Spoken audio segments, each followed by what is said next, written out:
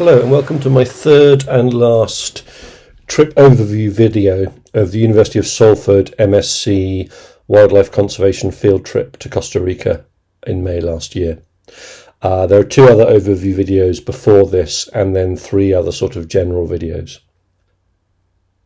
First we have some cocoa pods, and then, much to the disgust of the students, they actually had to write up a presentation and project. So you can see them working on this here and then presenting it on a slightly wonky projector in the beautiful field centre at La Gamba.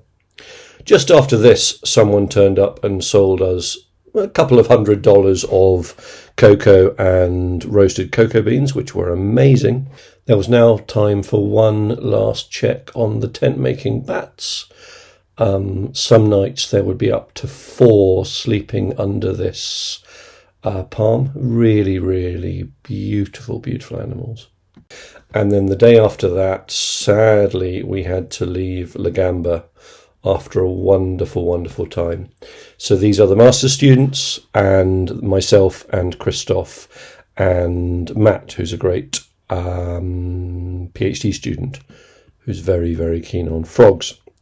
Here are Matt's feet and some frog paintings we found on the way back towards the capital and the coast, and then some really beautiful sort of bloated trees also where the frogs were. We were now in the Utila area, which is on the coast, and staying in a lovely hotel, which you'll see shortly. But one of the first things we did was stop for ceviche, which is a sort of lemon and lime marinated shark dish. This was really good, but I was, like the wildlife geek I am, more interested in the turkey vultures, which were flapping around and feeding on some kind of doubtless horrible rotten animal on the roadside near the ceviche stall. So I really enjoyed photographing a group of these both in flight and stalking across the carriageway. Once we were at the hotel, we found that it was full of beautiful exotic creatures like all these iguanas of a range of sizes, and equally exotic Dr. Christoph Meyer. There was a beautiful nature reserve next to the hotel with fabulous buttress trees and leafcutter ants and white-faced capuchin monkeys, which you can see in some of my previous videos. And then the next day we went to take a boat trip. Here you can see an absolutely huge tourist boat being towed by a local tractor.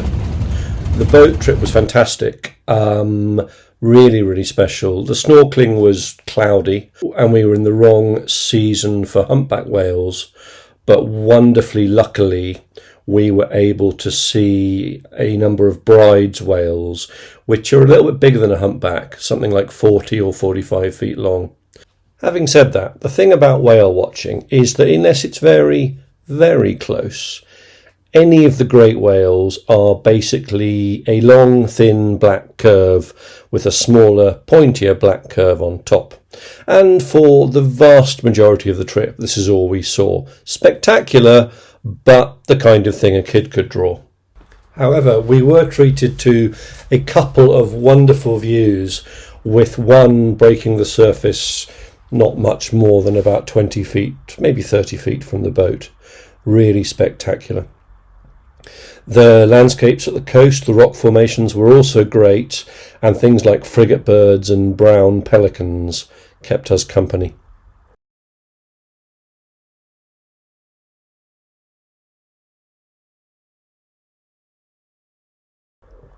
Returning from the boat, we ate about our own body weight in pizza and were then treated, incredibly luckily, to 5 scarlet macaws in the tree opposite the pizza restaurant. Wonderful things, and here you can see it hammering away at some seed pods. Once we'd recovered from quite so much pizza, or as likely as we were to recover within the next 24 hours, we went on a beautiful walk along the shore. It was initially cloudy, but not particularly wet, and we got to admire more buttress trees, probably the most spectacular ones yet, and then mangroves. Christoph was able to teach the students about mangrove ecosystems, although I have to admit that Salman looks slightly bored at this point. I then amused myself trying to take decent photos of mangrove roots and failing, and then my eye was drawn to the colourful red tips of a coconut palm root. After that, it rained and rained and rained.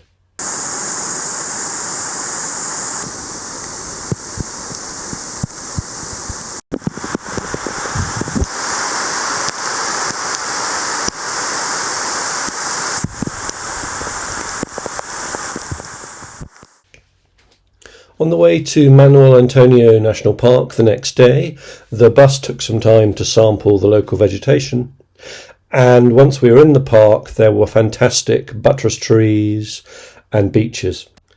The fauna included land crabs, howler monkeys, capuchins, sloths, tent maker bats, snakes and iguanas. However, both the cameras I carried round for 4 hours failed to defog themselves at any point during those 4 hours, so with the exception of 2 pictures of crabs, I have no images of any of this. This put me in something of a mood, despite the high quality of the ice cream.